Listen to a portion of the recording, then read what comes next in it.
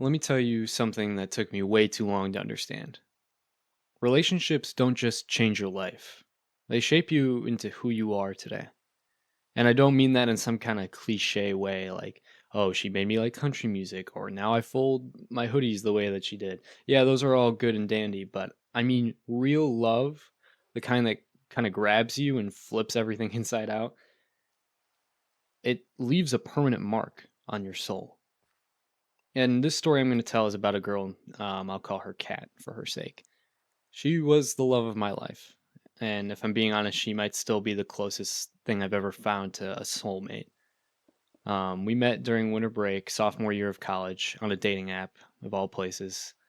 And she went to a different school, hours away from mine. And truthfully, I really didn't think much would come of it. And at that time in my life, I was very lost, very numb, trying to figure out things, and I was really lacking a purpose, lacking a motivation for anything.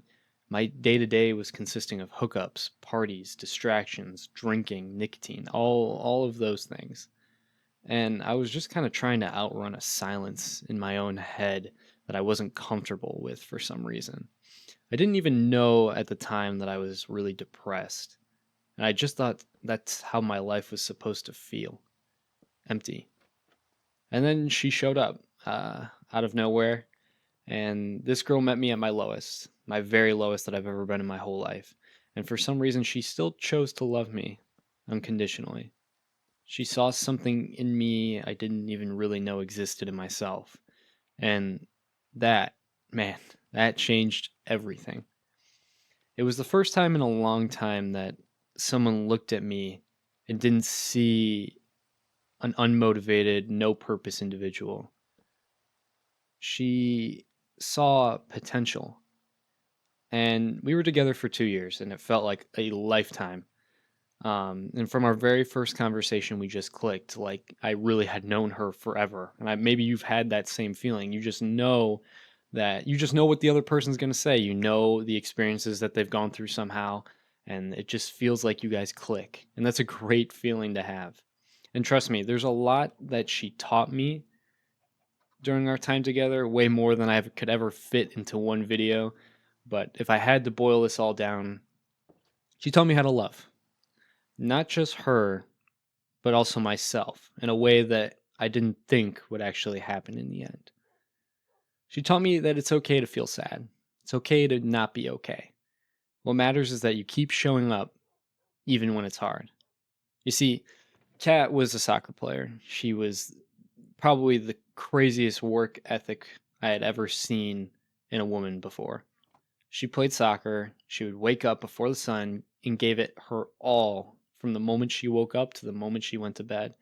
And being around that kind of energy, it rubs off on you extremely easy. And it made me want to be better. I started taking the gym a lot more seriously. I started running. I started getting my diet better and doing all these different things. And she taught me that failing didn't mean I was weak. It meant I was trying. And we went skiing once. I've never done that before, and I was absolutely terrified. And I'm kind of afraid of heights a little bit, and being up on a mountain and then getting shoved down a incline kind of or a decline kind of scared me a little bit. And she did push me down the mountain, and I was completely terrified. But she held my hand the whole way, and she didn't rush me. She didn't mock me. She stayed right by my side and helped me down that mountain, one shaky turn at a time after every fall.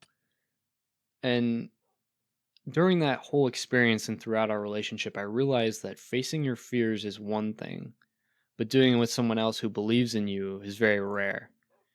And I realized that I needed to do that more often. I needed to go out and face my fears more often because in facing my fears, I was learning so much more about myself and learning much more about life and facing those difficult situations. She introduced me to nature. I really like being outside now. I really like hiking. I really like fishing. And I can't say I would ever have found that out about myself without her. Without slowing down, breathing it in, and understanding what she was trying to get me to experience. She showed me the beauty in country and folk music and genres I had never even touched before because I thought they were weird. And now some of the country and folk artists are some of my favorites. But the biggest thing she gave me was a reintroduction to my faith. Um, when I was in college, when I first got in, I kind of lost a lot of what I had been taught over the years. And she reintroduced me not only to God, but to living a life that is pleasing to God. Not in like a preachy way, but just by the way that she lived, the way that she carried herself, the way that she prayed. She reminded me that there's something bigger in all of this, in all of this life. That love is spiritual, that growth starts inside of you. And she was everything I didn't know I needed. She was probably the most perfect human being I had ever met. And that's kind of where I messed up. I made her my everything. I put her above myself. I put her above my goals, my friendships, even my own peace. She became my world, and I lost myself inside of it. So when we broke up, it felt like my whole universe had collapsed. I was numb all over again. But even worse this time. Because now I knew what real love felt like. And now I was trying desperately to fill that hole again. It all came back. The hookups, the drinking, the distractions. And I was constantly trying to find someone that compared to her. But nobody did. Nobody came even close. And the more and more I searched, the more and more I felt empty. Worse than before. And about a month in, I looked in the mirror after all of these hookups, drinking, nicotine, the whole 9 yards. And I realized I didn't even know who I was anymore. I looked at myself in the mirror and I didn't recognize myself. I didn't even know who I was. It was like I had built my whole identity around her. And then when she left, there was nothing but an empty shell of a person. And it wasn't her fault. I'm not blaming this on her. I'm not saying, oh, every long-term relationship is bad. You got to focus on your goals, on some Sigma stuff. No, I'm not saying that. It was my fault. I take the blame for it. I neglected myself. I gave so much of myself away that there wasn't anything left for me. And one day I heard a quote in a video that kind of changed everything for me, and I'll read it here.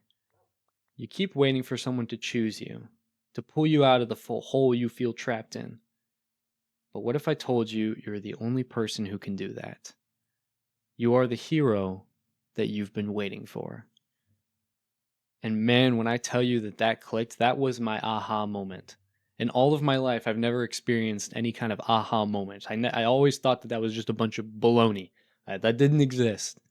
And then I read this quote during that period of my life, and oh my gosh, I kid you not, it hit me like a freight train. It was like the neurons in my brain all fired at once. I got this nostalgic feeling. I kind of zoned out of everything that I was doing at the time, and I just kind of sat there staring at my phone screen. I had spent so long begging to be chosen, screaming, crawling, clawing, everything, trying to prove that I was enough, that I could be the person for you. And I had never realized I had the power to love myself the whole time. The void that she left wasn't going to be filled by someone else. It needed to be filled by me. Because if you don't love yourself, like really, really love yourself, like, I mean, like you can spend days by yourself and be completely fine. Well, maybe not that extreme, but you get the gist. How are you going to love someone else?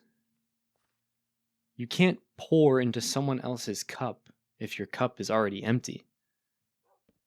And mine had been dry for a really long time.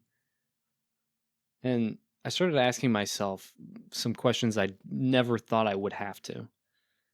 Who am I without her? What do I want? Where do I want to go? What do I believe in? What do I love? And I'll be real with you, it's hard. It's a lonely path that you have to understand that you're gonna make it out.